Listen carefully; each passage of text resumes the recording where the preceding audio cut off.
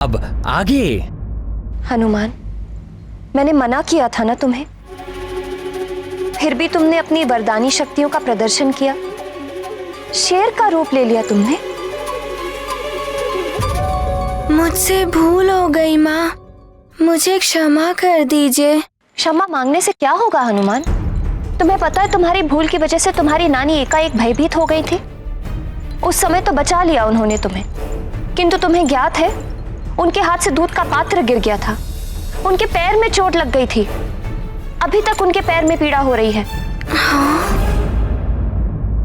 क्या नानी माँ?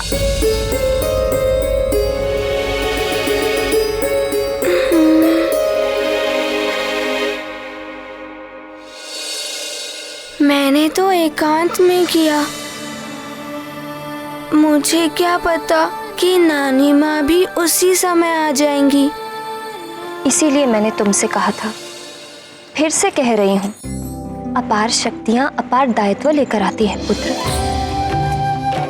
तुम्हें इन शक्तियों का सम्मान करना सीखना होगा। ये शक्तियां यूं क्रीड़ा या प्रदर्शन के लिए नहीं होती। अब मैं ऐसा कभी नहीं करूँगा माँ।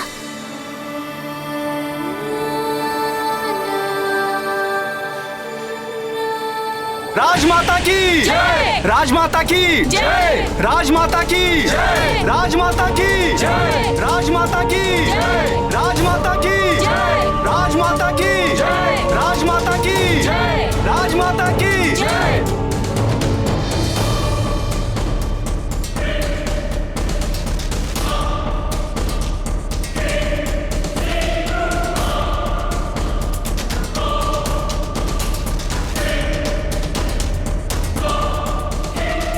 जाकर बताओ रावण को कि अब भी समय है, संभल जाए, धर्म का मार्ग अपना ले, काल उससे अधिक दूर नहीं है।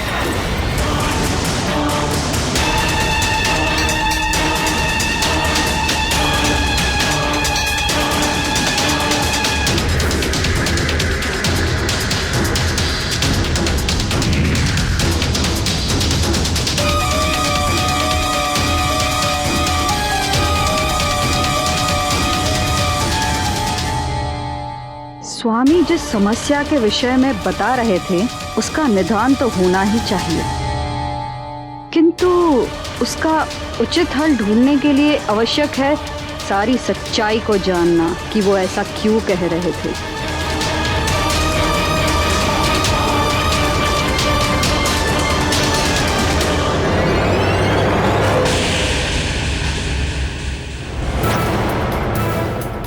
ये क्या, माता तो सदैव पहले मुझसे मिलती थी, परंतु आज यहाँ आते आते कुंभकर्ण के भवन की ओर क्यों मुड़ गई? कुछ तो विशेष चल रहा है उनके मन में।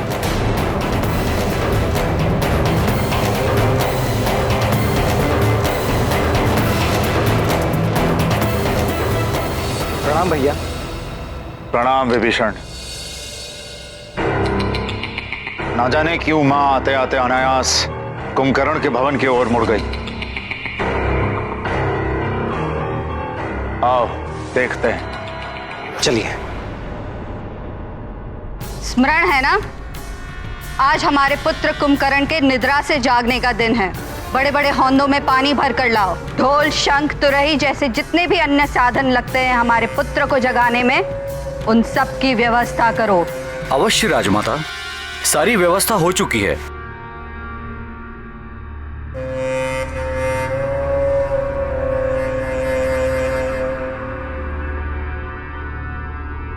प्रणाम माता।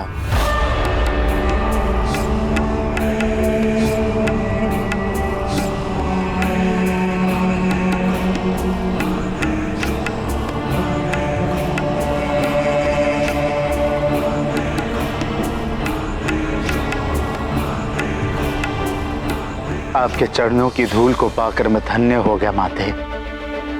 चिरंजीवी भव पुत्र दशग्रीव। रक्षकुल के सूर्य हो तुम, तुम्हारी कीर्ति रश्मियां दिग दिगंत तक फैलें। प्रणाम माताश्री।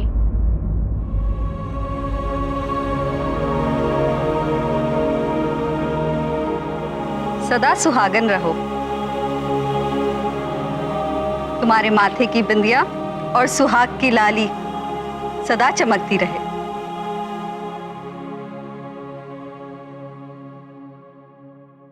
आयुष्मान भव मेरे धर्मज्ञ पुत्र विभीषण। तुम पुण्यतः अपने पिता पर गए हो। अपने बड़े भाई की सदैव पिता समान ही सेवा करना। अवश्य माता। माता, आप मेरे भवन की ओर आते आते अनायास इधर क्यों मुड़ गईं? कदाचित आपको यह तो नहीं लगा कि मैं भूल गया कि आज मेरे भाई कुंभकर्ण के जगने का दिन है?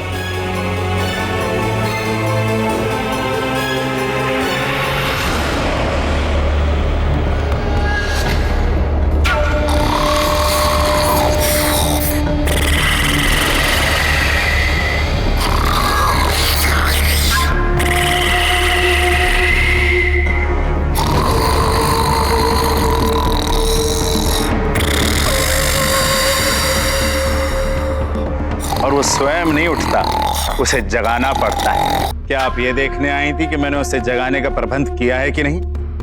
माता, मैंने उसे जगाने की सारी व्यवस्था की हुई है। पुत्र दशग्रीव, तुम्हारा तुम्हारे भाइयों के प्रति ये स्नेह देखकर तुम्हारी माता कैकसी प्रसन्न है।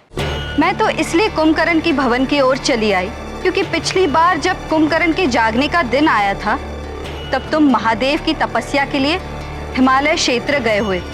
उस दिन वो अपनी भूख मिटाने के पश्चात सीधा वन में माते माते पुकारता दौड़ा चला आया था।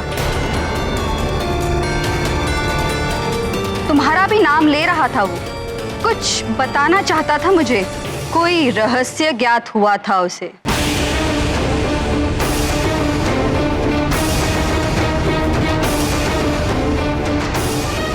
रहस्य? कैसा रहस्य माते? कुछ तो अवश्य था पुत्र। तुम तो जानते हो कुंभकर्ण महाबली है, भय तो स्वयं उससे भयभीत हो जाए, इतनी शक्ति है उसमें। किंतु उस दिन मैंने भी पहली बार उसके मुखड़े पर भय के चिन्ह देखे थे। जब तक वो मुझे कुछ बताता सूर्यास्त हो गया और उसके साथ वो भी गहरी निद्रा में डूब गया।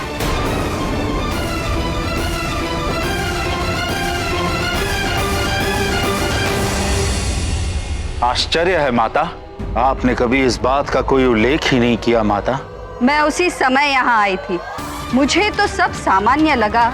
ऐसा कुछ पता नहीं चला जिससे भय या संकट उत्पन्न हो, इसलिए मैं आश्रम लौट गई। उसी दिन से मैं उसके जागने की प्रतीक्षा कर रही हूँ। क्या रहस्य था? अब वो तो कुंभकर्ण के जागने के पश्चात ही ज्ञात हो पाएगा। और एक माँ ही जानती है कि उसका पुत्र कैसे जागेगा, इसलिए मैं इस ओर आई थी।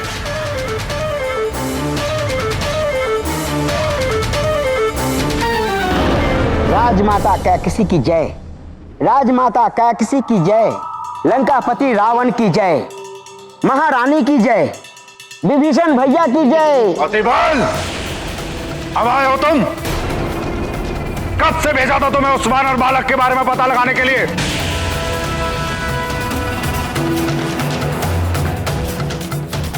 क्या हुआ? किस वानर बालक की बात कर रहे हो?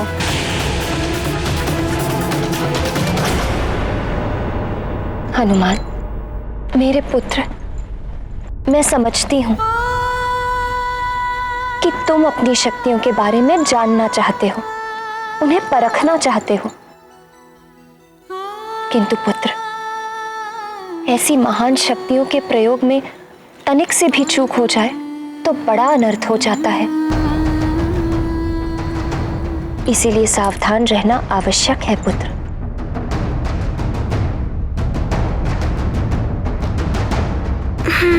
तो देवताओं ने दिया है उस वानर बालक को वरदान। हाँ लंकेश, पहले तो देवताओं ने उसे जीवित किया, फिर उसे हनुमान नाम दिया।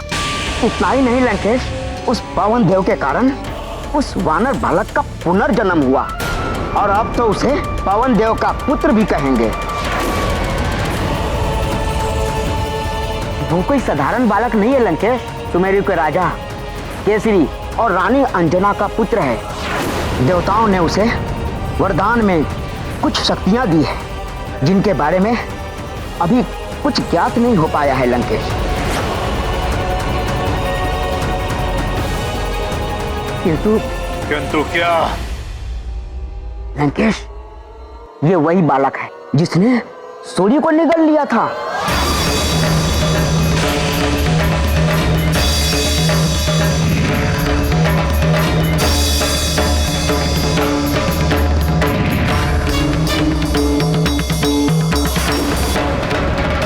सूर्य को निगल गया एक वानर बालक?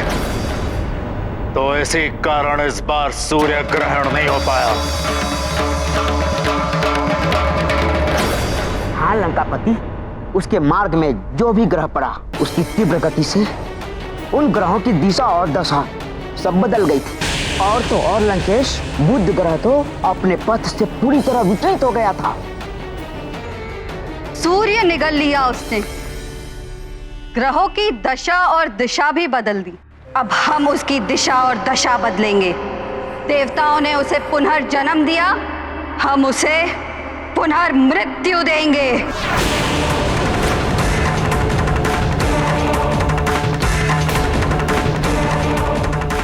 दशग्रीव, तुम्हारे पिता ने भी कदाचित इसी ओर संकेत किया था। समय परिवर्तित हो रहा है, इसलिए समय रहते सजग हो जाओ। वो वानर बालक बड़ा होकर संकट न बन जाए। अंत करना ही होगा उसका, अंत करना ही होगा उसका। माता, मैं उसे मृत्यु दंड दूंगा, पुनर्मृत्यु अभी समाप्त कर देंगे उसे। ऐसे नहीं दशग्रीव, राजनीति कहती है यदि शत्रु पर विजय पानी हो तो पहले उसकी शक्तियों को जानो, फिर अपने बल को देखकर आक्रमण करो, कभी पराजय नहीं होगी। आप सत्य कहती हैं माता। अतिबल, जाओ, जाकर उस वानर बालक पर दृष्टि रखो, उसकी वरदानी शक्तियों के बारे में जानकारी जुटाओ। बलबला बलबल, कैसे पता लगाऊं? और मेरे दृष्टि रखने से क्या होगा? उसकी माता अंजना ने तो उसे शक्ति प्रदर्शन करने से मना कर दिया है। अतिबल, तुम्हारी काया ही नहीं, तुम्हारी खोपड़ी में बुद्धि भी छोटी है। अरे मूर्ख, वो छोटा बालक है, उन्हें यदि कुछ भी मिल जाए तो वो सबको दिखाने में उत्सुक रहते हैं, भले ही उसकी माँ ने मना किया हो। यदि तुम थोड़ा सा भी उसे उकसा दोगे तो उसकी सारी छिपी हुई शक्तियां बाहर आ जाएंगी।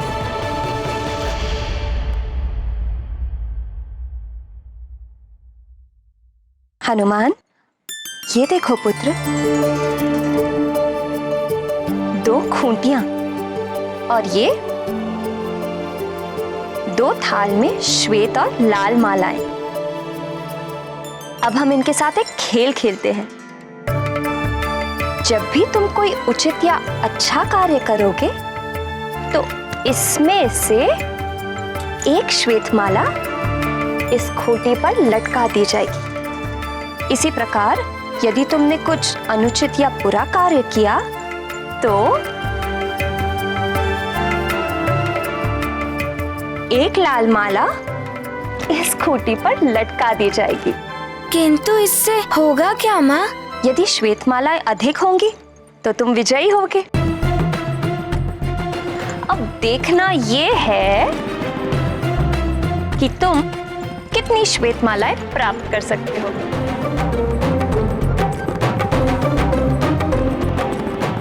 आप सत्य कहती हैं माता। छोटे बालकों को इतनी समझ नहीं होती कि क्या करना चाहिए और क्या नहीं। उनको जितनी भी शक्तियां मिल जाएं, उनकी बुद्धि अपरिपक्व ही होती है। इसी का लाभ तुम उठा सकते हो अतिबल। बलबला बलबल। हनुमान, तुम्हें अपनी शक्तियों का उचित प्रयोग करना सीखना होगा और इसके लिए सबसे पहले ध्यान रखना होगा कि अपनी शक्तियों का प्रयोग तभी करना जब सच में उनका प्रयोग करना आवश्यक हो। बालक तो कहीं भी अपनी शक्तियों का उपयोग करने लगते हैं, बस उन्हें उकसाने की आवश्यकता है। अतिबल उस वानर बालक को उकसाओ, उसकी शक्तियों का पता लगाओ, फिर मैं दशानन रावण स्वयं उसका अंत करूंगा।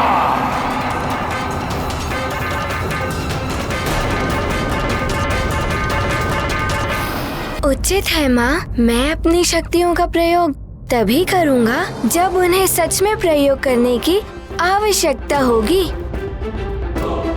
और मैं अपना दायित्व भी समझूंगा और सावधान भी रहूंगा। अब तो मैं आपका अच्छा पुत्र हूँ ना माँ?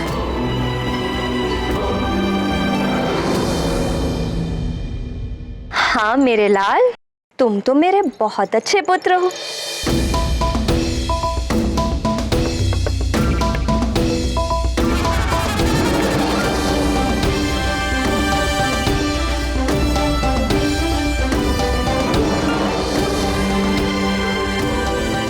माँ, मैं आपका अच्छा पुत्र हूँ ना, इसीलिए मैं अधिक से अधिक श्वेत मालाएं प्राप्त करके दिखाऊंगा। तुम जितनी अधिक श्वेत मालाएं प्राप्त करोगे पुत्र, तुम्हारी माँ को तुम पर उतना ही गर्व होगा।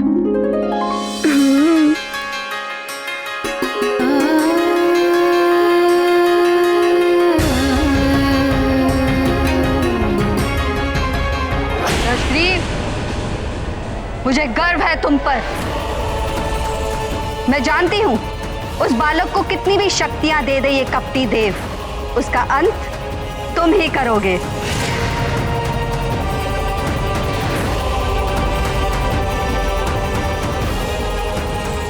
पुत्र केसरी, देवराज इंद्र के हट के कारण ही मैं स्वर्गलोक छोड़कर पृथ्वी लोक में आ गया था, किंतु अब देवराज इंद्र का अभिमान टूट चुका है। उन्होंने अपने कृत्य के लिए क्षमा भी मांग ली है, इसलिए मैं सोच रहा था वापस स्वर्गलोक लौट जाऊं। आप उचित सोच रहे हैं देवगुरु बृहस्पति। देवगण कब तक बिना गुरु के रहेंगे? गुरु ही तो ज्ञान देता है, मार्ग दिखाता है। जिनके गुरु नहीं होते वो अपने मार्ग से भटक जाते हैं।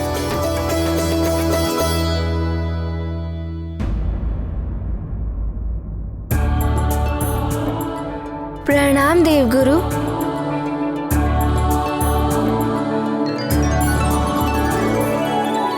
आप सब एक साथ? अवश्य कोई विशेष बात होगी। हाँ, विशेष तो है। वो क्या है कि हमारे नाती का पुनर्जन्म हुआ है। देवताओं ने हनुमान को अनेकों वर दिए हैं, इसीलिए मैं चाहती थी कि एक हवन का आयोजन किया जाए, जिसके द्वारा हम देवताओं को धन्यवाद भी दे देंगे, साथ ही ग्रह शांति भी हो जाएगी। हाँ केसरी जी, जितनी भी नकारात्मक और बुरी शक्तियां राजभवन में या आसपास व्याप्त हैं, सब इस यज्ञ से दूर हो जाएंगी। सारे अमंगल मिट जाएंगे और इस यज्ञ आयोजन के नाम पर हम उत्सव भी मना लेंगे। हमें हमारा पुत्र मारुति पुनः जो मिल गया है।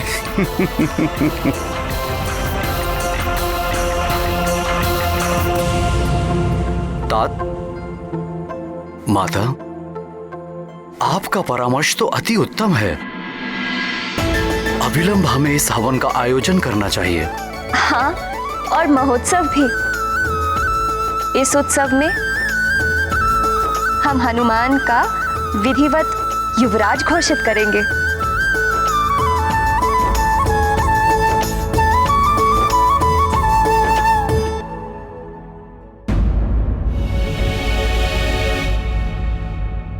उत्सव और यज्ञ तो हम करेंगे ही, किंतु अंजना, उसके युवराज पद की घोषणा का आयोजन हम कभी और कर लेंगे।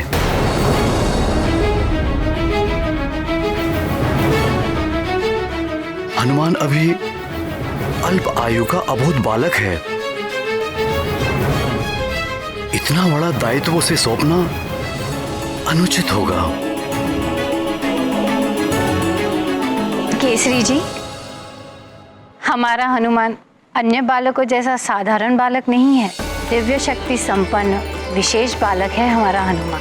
यही नहीं, इसने अनेकों बड़े कार्य भी किए हैं। इसलिए मेरा तो विचार है कि हनुमान युवराज पद के लिए पूर्णतः योग्य है। किंतु हनुमान की शक्तियों को हमें नियंत्रण में रखना है। कहीं युवराज पद पाने के बाद वो अनियंत्रित ना हो जाए।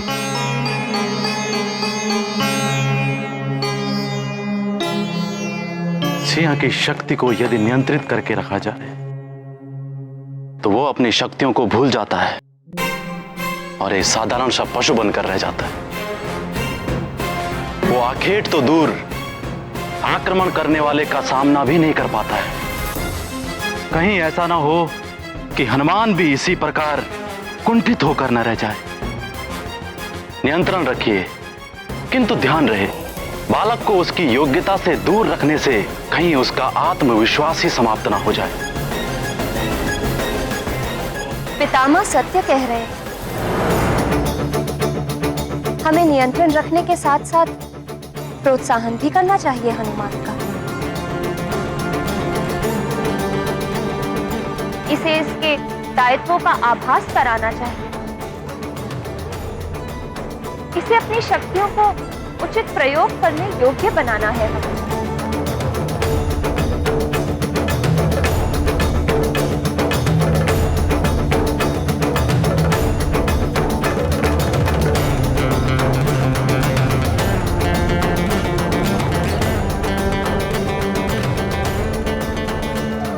उचित है।